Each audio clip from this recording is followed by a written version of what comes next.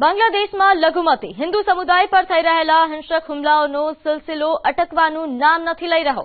એવામાં ફરીવાર હિન્દુ પર હુમલાની ઘટના સામે આવી છે, જેમાં એક હિન્દુ શિક્ષકના ઘરને નિશાન બનાવીને તેની આગને હવાલે કરી દેવામાં આવ્યું હતું. ઘટનાના પગલે સ્થાનિક હિન્દુ પરિવારોમાં ભારે ફફડાટ અને અસલામતીની લાગણી વ્યાપી ગઈ છે.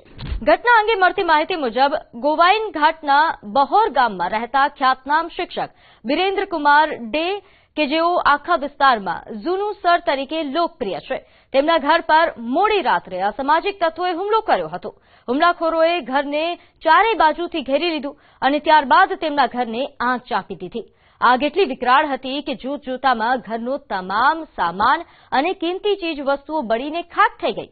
સદનસીબે આગ લાગી ત્યારે પરિવારના સભ્યો સમયસર જાગી ગયા હતા અને જીવ બચાવીને બહાર નીકળવામાં સફળ રહ્યા. આ ઘટના અંગે સ્થાનિક રહેવાસીઓના જણાવ્યા મુજબ બિરેન્દ્ર કુમાર ડે પર આ પહેલો હુમલો નથી. અગાઉ પણ તેમના ઘર અને પરિવારને નિશાન બનાવવામાં આવી ચૂક્યા છે. બાંગ્લાદેશમાં થઈ રહેલા વારંવાર હુમલાઓ દર્શાવે છે કે લઘુમતીઓને રક્ષણ આપવામાં સ્થાનિક તંત્ર નિષ્ફળ રહ્યું છે.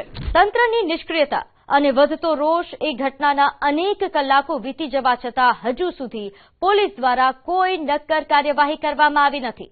સાથે જ અત્યાર સુધી કોઈ આરોપીની ધરપકડ કરવામાં નથી આવી, જેના કારણે હિન્દુ સમુદાયોમાં રોષ જોવા મળી રહ્યો છે.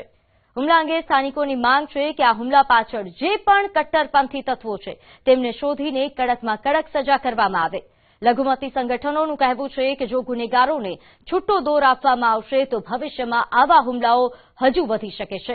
જોકે સિલહટમાં હિન્દુ સમુદાય પર હુમલાની આ પહેલી ઘટના નથી. બાંગ્લાદેશના અન્ય ભાગોમાં પણ હિન્દુઓ વિરુદ્ધ હિંસા ચાલુ છે.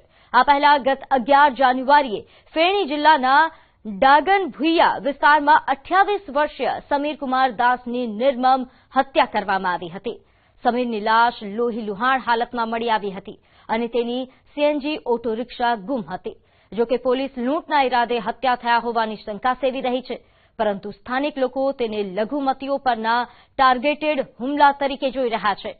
આ અગાઉ 12 જાન્યુઆરીના રોજ આવામી લીગ સાથે જોડાયેલા જાણીતા સંગીતકાર અને સાંસ્કૃતિક કાર્યકર પ્રોલોય ચાકીનું જેલમાં મોત થયું હતું. જે અંગે તેમના પરિવારે આક્ષેપ કર્યો છે કે પ્રોલોય ગંભીર બીમારીઓથી પીડાતા હોવા છતાં જેલ સત્તાવાળાઓએ તેમને યોગ્ય સારવાર નહોતી આપી અને કસ્ટડીમાં તેમની સાથે ગેરવર્તન કરવામાં આવ્યું, જે દરમિયાન તેમનું મોત નીપજ્યું. આંતરરાષ્ટ્રીય ચિંતાનો વિષય બાંગ્લાદેશમાં સતત વધી રહેલી આ હિંસાએ માનવ અધિકાર સંગઠનોનું પણ ધ્યાન ખેંચ્યું છે. એવું માનવામાં આવે છે કે કાયદો અને વ્યવસ્થાની નબળી સ્થિતિનો ફાયદો ઉઠાવીને ગુનેગારો લઘુમતીઓને ડરાવવા અને ધમકાવવા માટે આવા કૃત્યો કરી રહ્યા છે. હિન્દુ પરિવારો હવે પલાયન કરવા મજબૂર બની રહ્યા છે. જો બાંગ્લાદેશ સરકાર જલ્દી કોઈ કડક પગલાં નહીં લે તો આ સ્થિતિ વધુ ભયાનક બની શકે છે.